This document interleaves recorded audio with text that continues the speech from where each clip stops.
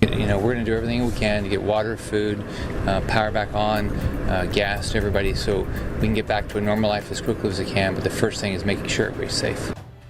Search and rescue operations continue, and the massive cleanup effort is really just getting started a little less than 48 hours after Hurricane Michael made landfall in the Florida Panhandle. This morning, hundreds of thousands of people remain in the dark. Hey, Michael remains a tropical storm, but right now it's speeding away from the East Coast. This morning we're keeping an eye on something new in the tropics and gearing up for a bit of cool down here in Tampa Bay. That cool down will be really nice. Yes. No brake lights on our roadways yet. The Friday commute is off to a really smooth start so far. All right, it is Friday, October the 12th. Brightside starts right now.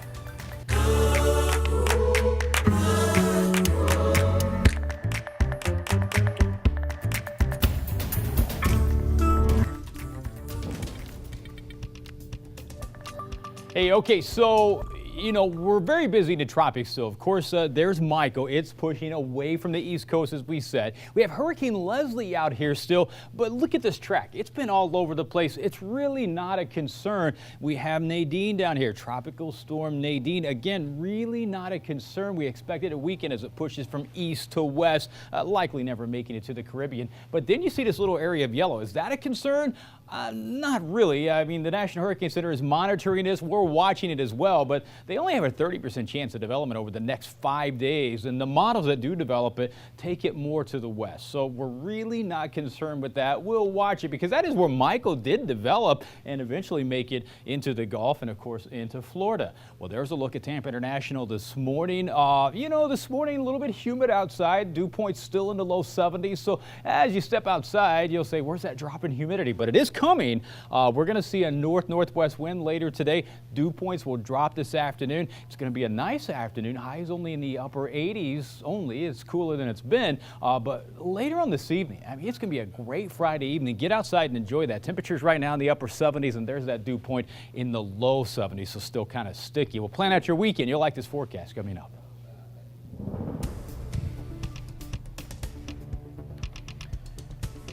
Well, as Hurricane Michael heads out to sea, the devastation that it left behind in the Florida Panhandle will be with us for several months now, possibly even years to come. CBS reporter Laura Podesta brings us a closer look at the aftermath. Rescue teams are going door to door in Mexico Beach, Florida, searching for survivors of Hurricane Michael. I just started crying because I see Louisiana, I see Miami, I see people who have been through this before and understand. The quiet tourist town took the brunt of the storm's 155-mile-per-hour winds. Everybody we know lost their house, everybody, and their jobs. State officials say 285 Mexico Beach residents ignored the mandatory evacuation order. That includes Dawn Vickers, who says the storm knocked her house off its foundation. I noticed that things seemed to be moving outside, and I thought that trees were going by, and I realized it was our house. In nearby Panama City, the damage is enough to shock even the most experienced rescue workers. I've been in the fire service 36 years, and to see freight train cars just blown over, semis blown off the road into the woods, it's just unimaginable. A weakened but still ferocious Michael hit the Carolinas and Virginia yesterday, where flash flooding led to dozens of rescues. When I turned, I immediately started sinking. I knew that I had hit the ditch. And I put it in reverse, and of course, it didn't go anywhere. A North Carolina man was killed when a tree fell on his car. Laura Podesta, CBS News. Right now, more than 300,000 Floridians are living without electricity in the Panhandle. Governor Rick Scott says 20,000 utility workers are racing to repair downed power lines across the Panhandle, but many people could be in the dark for weeks, maybe even more, and this is why right here. Take a look at this incredible devastation. NOAA released this interactive map of the Panhandle, which clearly shows how the storm surge washed away entire communities. Take a look at that right there. Homes flattened, roofs ripped off, trees torn from their roots. It's unbelievable to see. And as if these families haven't had to deal with enough, deputies say a man used the tragedy to target a child. Take a look at this. According to county officials. This man, John Stapleton, molested a 6-year-old girl at a hurricane shelter. He's charged with lewd and lascivious molestation of a victim under 12. A federal judge has rejected a call to push back Florida's registration deadline because of Hurricane Michael. The Florida Democratic Party filed the lawsuit just before, but a judge ruled that there was, quote, no justification to delay the deadline, which was on October the 9th.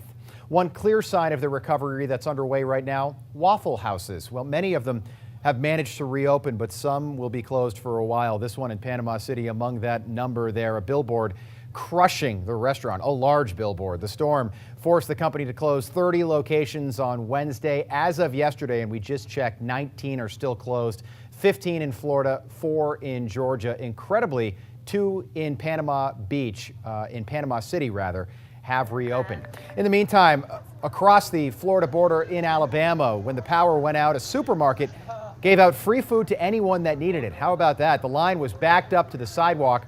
Tate Supermarkets gave out free food back when Hurricane Opal hit and decided to do the same thing this time around. It turned into a giant cookout. It turned into a fun afternoon for folks there, and people needed it. Employees set up grills to cook the meat, which was going to go bad without working refrigerators.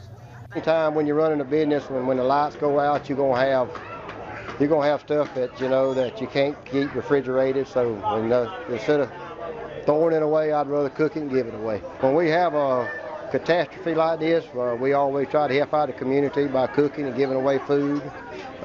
Just try to do our part. We love the community. I mean, everybody needs that after something like this. More than 1,000 people got free meals, and a lot of the roads, Hillary, up there still impassable right now. Oh my goodness, some of them completely submerged in water. It's going to be, take some time to get all of that figured out. And then, of course, potholes happen after water sits on a roadway, so it'll be a bit of a long road.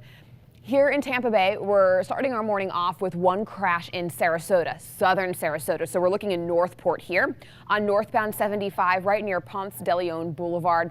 And this is off to the side, so not blocking any of the main lanes, but there are injuries reported. Sounds like minor injuries. In Tampa, let's take a live look. This is 275 right at Jefferson Street downtown. A pretty city skyline to start off our Friday morning here, and even prettier, we have no backups or crashes throughout the city of Tampa. I'll keep you updated though.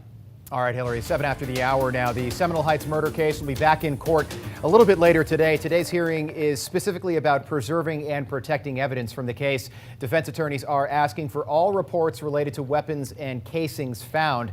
They also want items collected during Howell Donaldson's arrest and the search of his vehicle. That hearing starts at 9 o'clock this morning. Meantime, up in Jacksonville, a 17-year-old is being charged as an adult in the death of a police dog named Fang. We told you about this story late last month. The arrest report says the teen stole a car at a gas station, then took off. Detectives tracked the vehicle down and say he shot Fang, killing him while being chased by 2 police canines. Back here in Tampa Bay, Palm Harbor Fire Rescue is getting a new member of their team. Ruby the dog will be sworn in today to become the official firehouse dog. Ruby was burned during a house fire in Alabama. She's recovered and has completed all of her training. Once she is sworn in, she'll also get a new badge. So a big congratulations to Ruby. When Brightside comes back, pink, the signature color for breast cancer awareness. Now the cause is getting some added style.